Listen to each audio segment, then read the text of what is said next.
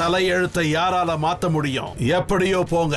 நான் இங்க வந்தது உங்க வீட்டு 3 வேளை சோத்துக்காக இல்ல. உங்களுக்கு தெரியாத சில விஷயங்கள் எனக்கு தெரிய வந்திருக்கு.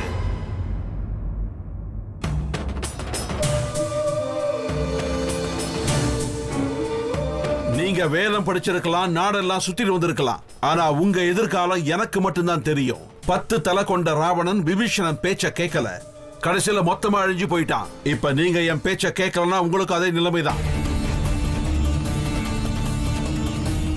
அந்த அம்பாளை வெறுக்கிற சுந்தரி உங்க வீட்டு மருமகளாக ஏன் சம்மதிச்சான்னு உங்களுக்கு தெரியுமா? எனக்கு தெரியும்.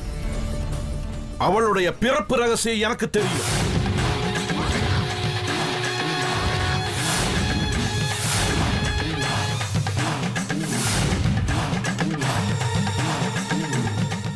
அது தெரிஞ்சதுக்கு அப்புறம் தான் உங்களை எச்சரிக்கலான்னு நான் இங்க வந்தேன்.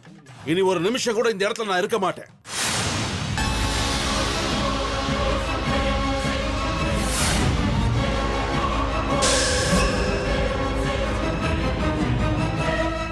நில்லுங்க, அங்கேயே நில்லுங்க, நில்லுங்க, நில்லுங்க, கொஞ்சம் நில்லுங்க.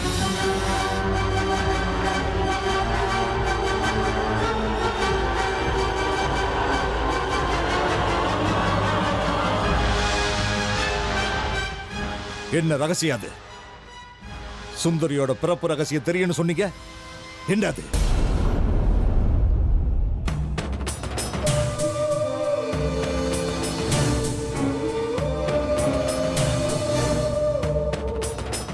நேரம் வரும்போது சொல்றேன்.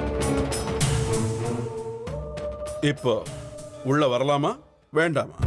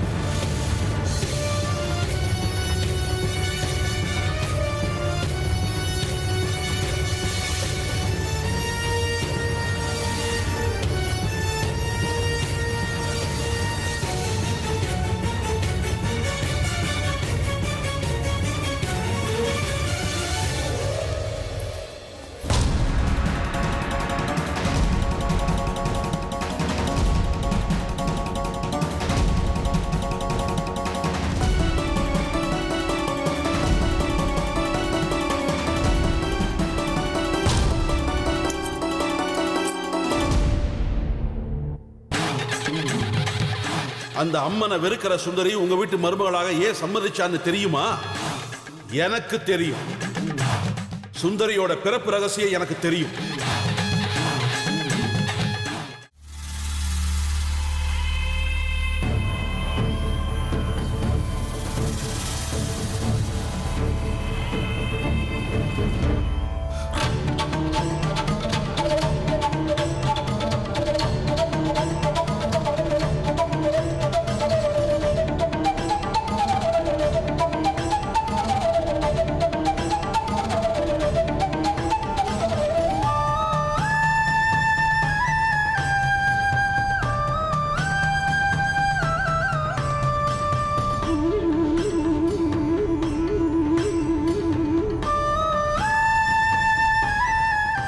நீங்க மட்டும்தான் ஸ்ரீ சக்கரத்துக்கு காத்துக்கிட்டு இருக்கிறதா நினைக்கிறீங்க.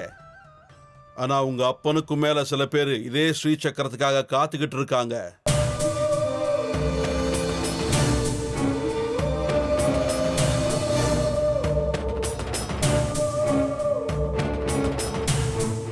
ஸ்ரீ சக்கரத்தை பத்தி இன்னும் யாருக்கு தெரியும்? நீங்களே எனக்கு தெரியாம திட்டம் போட்டு ஏதாவது முயற்சி பண்ணிக்கிட்டு இருக்கீங்களா?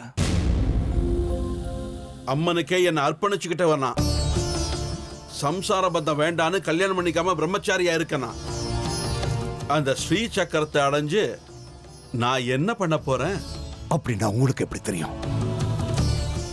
இந்த ஸ்ரீ சக்கரத்துக்காக இன்னும் சில பேர் காத்துக்கிட்டு இருக்காங்கன்னு சொன்னீங்க.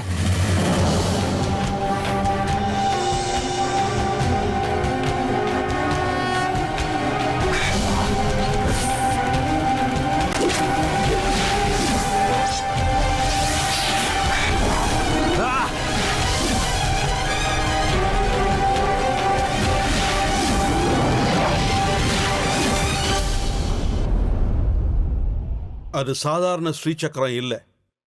எத்தனையோ மகா யுகங்களை தாண்டி வந்த ஸ்ரீகிருஷ்ணனோட சுதர்சன சக்கரம். அநேக அவதாரங்களுக்கு காரணமாயிருந்த அந்த மகாவிஷ்ணுவுடைய விரல்ல நிரந்தரமா சுத்திட்டு இருக்கிற மகா பரம சக்கரம். உலகத்துல எப்பவும் தர்மம் நிலைக்கணும்னு இந்த உலகத்தையே சுத்தி வந்த தர்ம சக்கரம். தீயவங்களை அழிக்கிறதுக்காகவும் நல்லவங்களை காக்கிறதுக்காகவும் எப்பவும் சுத்திக்கிட்டு இருக்கிற கால சக்கரம். யாருடைய கைக்கும் சிக்காத மாய சக்கரம் உங்க கையில சிக்கிடுமா? உங்களை மாதிரி ஆளுங்க கிட்ட இருந்து அதை பாதுகாக்கணும்னு தான் யுக யுகங்களாக அதை பாதுகாக்கிறதுக்குன்னே சில பேர் இருக்காங்க. அது உங்களுக்கு தெரிய மாட்டேங்குது, அவ்வளவுதான். சொல்லுங்க, ஸ்ரீ சக்கரத்தை பத்தி இன்னும் என்னெல்லாம் தெரியும் சொல்லுங்க, சொல்லுங்க. இதே ஸ்ரீ சக்கரத்தை காப்பாத்துறதுக்காகத்தான் எனக்கு மறுபிறவி என்று ஏதேனும் இருந்தால் அதில் நிச்சயம் உனக்கு எதிரியாக பிறப்பேன்.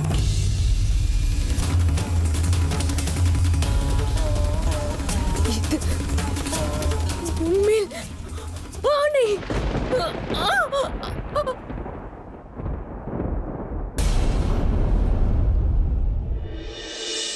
போன ஜென்மத்துல தன்னோட உயிரையே கொடுத்துட்டா அந்த திரிபுர சுந்தரி. திரிபுர சுந்தரினா அம்பாள் தானே? அம்பாளுக்கு மரணம் இருக்கா? திரிபுர சுந்தரின்னா உங்க வீட்டு மருமகள் ஆக்கிக்கணும்னு துடிக்கிறீங்களே, அவதான் சுந்தரி.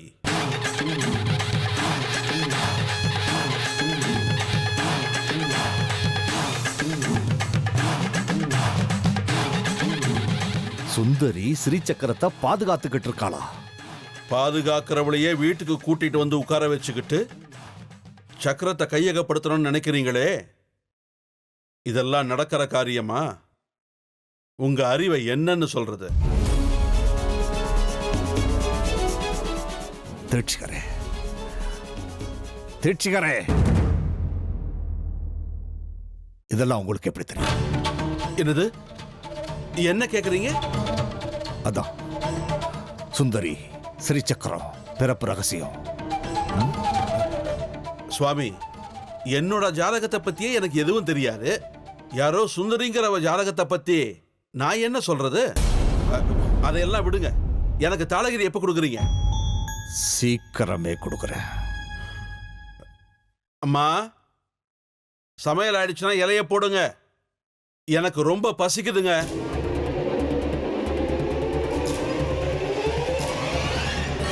நீங்க மட்டும்தான் ஸ்ரீ சக்கரத்துக்கு காத்துக்கிட்டு இருக்கிறதா நினைக்கிறீங்க. ஆனா உங்க அப்பனுக்கும் மேல சில பேர் இதே ஸ்ரீ சக்கரத்துக்காக காத்துக்கிட்டு இருக்காங்க.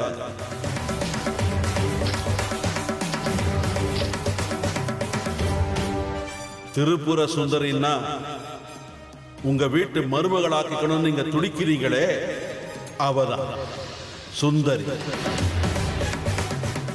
பாதுகாக்கிறவளையே வீட்டுக்கு கூட்டிக்கிட்டு வந்து உட்கார வச்சுக்கிட்டு ஸ்ரீ சக்கரத்தை அடையணும்னு கணக்கு போடுறீங்களே, இதெல்லாம் நடக்கிற காரியமா?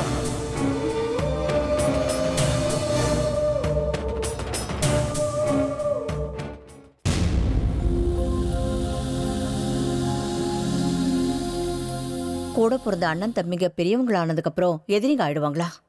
ஆனா அக்கா தங்கச்சிங்க எப்பவுமே ஒத்துமையா ஒன்னா இருப்பாங்கன்னு சொல்லுவாங்க. ஆனா நீயே எனக்கு எதிரியா மாறிட்டு இருக்கியே. ஓம் புருஷன் ஓம் வீட்டு பிரச்சனை ஏன் வீட்டையே சுத்தி சுத்தி வருதே. யாருக்குமே நிம்மதி இல்ல. நீ ஒருத்தி சரியா இருந்தா எல்லாமே சரியாயிடும். மனச மாத்திக்கோ சுனிதா. உனக்கு கெஞ்சி கேட்டுக்கிற, தெரிந்துடு. இந்த மாதிரி ஆளை கட்டிக்கிட்டதுக்கு அப்புறம் திருந்ததுக்கு என்னக்கா இருக்கு? இவர் கூட வாடுறதுக்கு பதிலா தற்கொலை பண்ணிக்கலாம். ஒரு நல்ல குணமாவது அவர்கிட்ட இருக்கா?